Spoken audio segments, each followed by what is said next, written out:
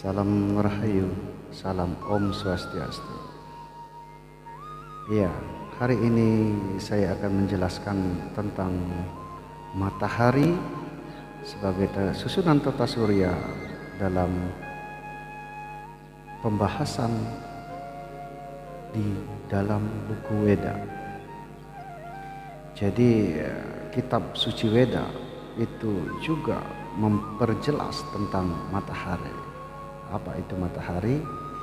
Mari kita bahas. Dan sebelumnya saya mohon maaf karena saya juga penuh kekurangan.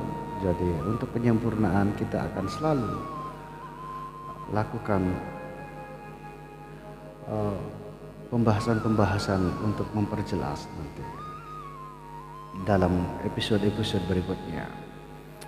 Jadi kita bahas dulu tentang matahari ya. Jadi matahari itu adalah pusat tata surya. Dalam kitab suci Weda dijelaskan, beliau dalam julukannya disebut Dewa Surya. Kenapa disebut Dewa? Jadi di zaman sekarang kalau kita menyebut dewa itu selalu berasumsi bahwa dewa itu tidak terlihat dan itu sesuatu khayalan. Tapi di dalam kitab suci Weda itu menjelaskan bahwa dewa itu bukan khayalan. Dewa bisa kita rasakan, bahkan bisa kita lihat. Jadi dewa itu adalah manifestasi daripada Tuhan itu sendiri atau Sang Hyang Widi atau Tuhan yang Maha Tahu. Jadi dewa itu hanya manifestasinya. Kita bisa melihatnya. Bahkan setiap hari kita bisa melihatnya. Hanya orang menganggap bahwa dewa itu sesuatu, dalam asumsinya sesuatu yang tidak bisa dilihat. Sedangkan di dalam kitab Weda, dewa itu adalah manifestasi Tuhan. Tentu saja bisa dilihat. Dan itu mempunyai bagian-bagian tersendiri. Dewa tergantung kualitas dan spesifik dalam kekuatannya. Dan sampai yang tidak bisa kita lihat. Dari yang bisa kita lihat, tidak bisa kita raih. Bahkan dan tak terlihat. Nah, untuk menjelaskan lebih rinci, karena di sini Weda itu sebenarnya banyak ilmu fisika, ilmu alam semesta. Karena alam semesta itu sendiri adalah bagian dari Weda itu. Weda itu artinya pengetahuan. Dasar katanya wid itu pengetahuan. Ya, pengetahuan. Alam semesta ini adalah penuh dengan pengetahuan. Alam semesta ini adalah memori yang menyimpan semua pengetahuan itu sendiri. Makanya manusia bisa pintar karena belajar dari alam semesta. Karena alam semesta lah yang mengajari. Alam semesta ini penuh dengan pengetahuan. Widi artinya Tuhan. Weda artinya pengetahuan. Dasar katanya sama. Weda dasar katanya wid, artinya pengetahuan. Widi artinya Tuhan. Dasar katanya wid. Wid juga Maha Tahu atau pengetahuan itu sendiri. Jadi kalau disebut dunia ini, alam semesta ini adalah badannya, jiwanya itu widi itu, Weda itu alam semesta ini, widi itu jiwanya daripada Weda ini. Nah, kita kembali kepada dewa. Dewa itu artinya div. Deep artinya apa? Sinar. Diva atau disebut dewa. Dewa artinya sinar suci. Div artinya sinar. Deva artinya sinar suci. Siapa yang tidak bisa melihat sinar kecuali kita buta? Maka bersyukurlah menjadi orang yang bisa melihat. Nah, itulah yang disebut dengan dewa. Sinar suci. Sekarang kita kembali ke pembahasan tentang dewa matahari atau dewa surya. Dewa surya artinya surya itu adalah sebutan daripada nama dewa itu yang berstana di pusat-pusat inti tata surya. Dewa surya juga disebut dewa surya Raditya atau Siwa Raditya, karena memiliki anugerah dari dewa surya, dewa Siwa, karena dewa surya mendapatkan anugerah karena kehebatannya, kesaktiannya, kemuliaannya menyamai kualitas dewa Siwa, makanya dia disebut dewa Siwa Raditya. Ya, diberikan gelar pada beliau oleh dewa Siwa sendiri, hingga dia memiliki kemuliaan yang luar biasa untuk memelihara seluruh benda dan makhluk hidup yang ada di angkasa maupun di bumi saat ini. Dewa Surya adalah Bapak kita. Dewa Surya memiliki dalam simbolis agama Hindu atau dalam simbolis kitab Weda dengan mengendarai 12 ekor kuda, yang artinya 12 bulan itu mengelilingi kita. Dia memiliki sumber rotasi seperti itu selama bumi mengelilingi matahari. Jadi itu ya 12 bulan yang disebut juga dalam gambarannya filosofi Dewa Surya mengendarai 12 ekor kuda. Nah, Dewa Surya adalah bapak kita. Maka di kehidupan sekarang ini kita adalah keturunan Surya Wamsa.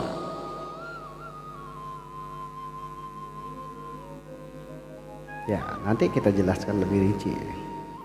Terus bumi adalah ibu kita, Pertu atau Pertiwi. Jadi di sini tidak ada yang tahayul ya. Ya, penjelasan di dalam penjelasan Weda itu lahir Dewa Aswin gitu loh. Jadi artinya Aswin itu apa? Dewa kembar. Ketika Ibu Pertiwi berhubungan dengan Dewa Surya ayah kita, apa ya? Dia melahirkan apa? Yang pertama akan melahirkan Dewa Aswin. Sebelum makhluk hidup yang lain ya. Aswin itu artinya apa? Dewa kembar. Aswin itu dewa kembar. Jadi antara pagi dan sore serupa tapi tidak sama. Ya kan? Jadi itu yang lahir. Nah, setelah terjadinya beda potensial di dalam sumber energi yang diserap oleh Ibu Pertiwi dari Dewa Surya, akan terjadi beda potensial antara siang dan malam. Lahir Div para dewa artinya di daerah sinar. Itu di siang pagi sampai sore itu siang. Antara pagi sampai sore itu siang. Begitu pula di sini ada lahirnya dunia kegelapan. Nah, dengan terjadinya beda potensial tersebut, apa yang terjadi? akan terjadi energi kinetik atau perputaran, perpindahan energi. Jadi bergetarlah seperti rahim ini bergejolak, mulai hidup. Seperti kita memanaskan air, mulai bergejolak. Jadi bumi itu mulai berputar, menghasilkan energi kinetik karena adanya beda potensial tadi. Berputar itu lahirlah Dewa Kala. Kala itu bukan tahayul ya, kala itu waktu ya. Ini bukan sebuah asumsi-asumsi mengada-adakan. Di sini adalah pelajaran tentang ilmu alam semesta, metafisika dan segalanya. Matematis juga ada. Terjadilah perputaran. Perputaran ini waktu. Perputaran ini waktu selama 24 jam seperempat menit, 15 menit. 24 jam 15 menit. Itulah yang terjadi. Yang lahir disebut Dewa Kala. Kala itu waktu ya. Jadi supaya tidak jangan dulu berasumsi yang tidak terlihat. Karena kita di Weda itu diajarkan berjenjang agar kita bisa memahami yang terlihat dulu, pengetahuan Weda yang terlihat dulu, mencapai pengetahuan yang tidak terlihat. Karena setiap manusia tidak sama mempunyai imajinasi ya. Nah, mengapa Deva atau dewa itu dikatakan suci? Jadi Div itu sinar, Diva itu artinya sinar suci, atau dewa itu sinar suci. Kenapa dikatakan suci? Saya akan perjelas di sini. Jadi di Weda itu tidak ada sesuatu yang manipulasi atau jatuh begitu saja dari langit, tidak. Jadi dikatakan suci kenapa? Karena setiap aktivitas manusia maupun makhluk hidup yang lain itu akan menghasilkan polusi, kekotoran.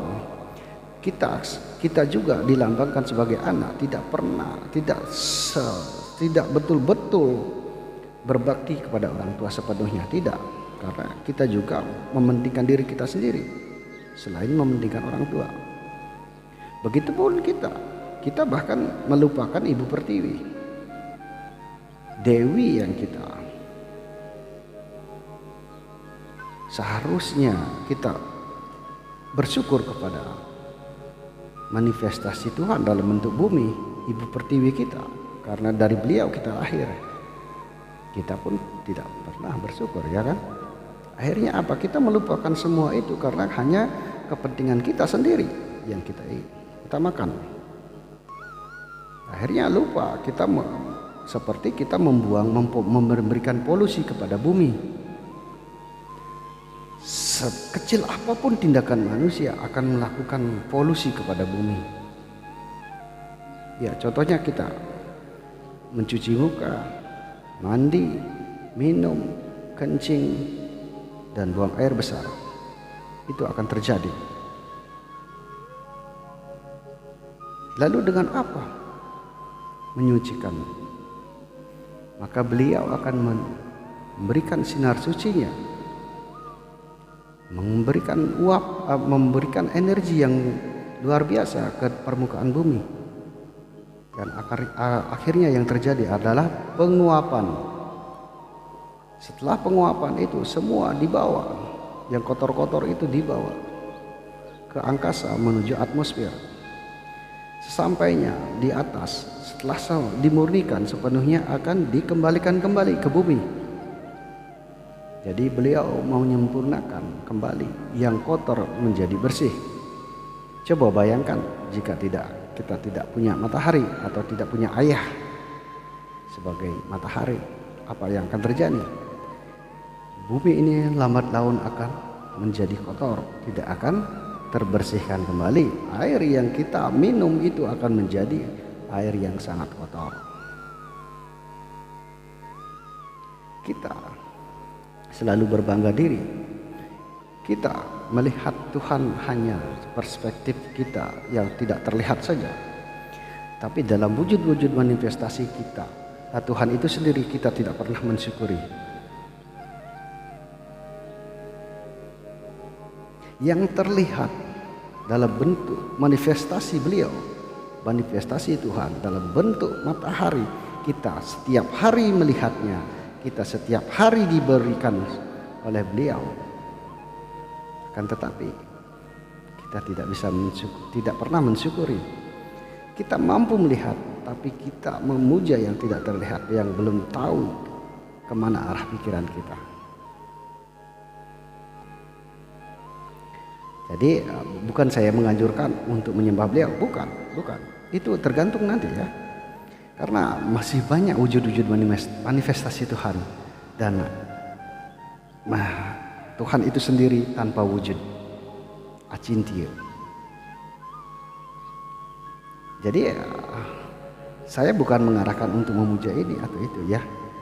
Akan tetapi kita sebelum mengatakan saya memiliki Tuhan, tapi pernah enggak kita mensyukuri Tuhan itu sendiri dalam bentuk manifestasinya seperti ini?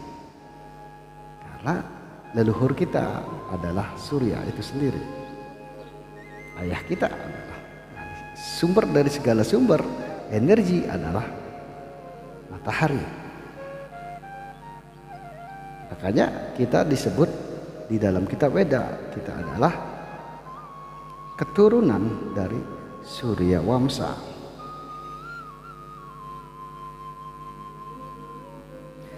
Jadi masih banyak matahari-matahari yang lain ya. Ada 9 matahari.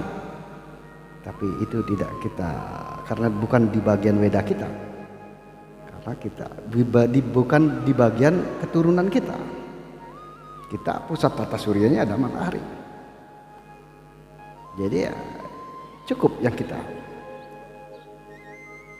kelompokkan di sini di tata surya kita sendiri. Karena di planet lain mungkin juga ada, tapi ya dalam artian dia entah apa namanya. Ya kan? Makanya dulu di sebelum Surya Wamsa ada juga Chandra Wamsa. Dan itu nanti kita jelaskan. Nah, di sini tentang bagaimana ayah kita memberikan atau memelihara kita. Nah, seperti yang saya jelaskan tadi, beliau memurnikan dengan kesucian kemuliaan beliau, mampu mengangkat semua kekotoran yang ada di bumi, dipisahkan, ditarik dan dikembalikan menjadi air yang sangat murni. Berapa biayanya untuk memurnikan air di seluruh planet ini, ya kan? Tapi dengan kekuatan beliau tanpa pamrih yang disebut yadnya. Jadi tulus ikhlas beliau memberikan sebagai seorang ayah. Dan yang kedua, sumber dari segala sumber energi dalam susunan tata surya adalah matahari. Energi itu yang diberikan oleh beliau untuk memberikan kehidupan di bumi. Jadi tumbuhan sebagai makhluk produsen, dia akan sangat memerlukan sinar matahari sebagai sumber energi. Dan setelah dia berbuah akan dibagikan kepada makhluk hidup yang lain seperti binatang dan yang makhluk lebih tinggi, manusia. Energi itu hanya berpindah, berubah wujud dari energi berbentuk sinar matahari, diolah oleh produsen tumbuhan dan diberikan kepada makhluk hidup yang lain yang lebih tinggi. Itulah. Jadi energi tidak bisa diciptakan, energi tidak bisa dimusnahkan, energi hanya bisa berubah wujud. Ya. Jadi sumber dari segala sumber energi itulah adalah dari Dewa Surya atau matahari itu sendiri. Itu ayah kita.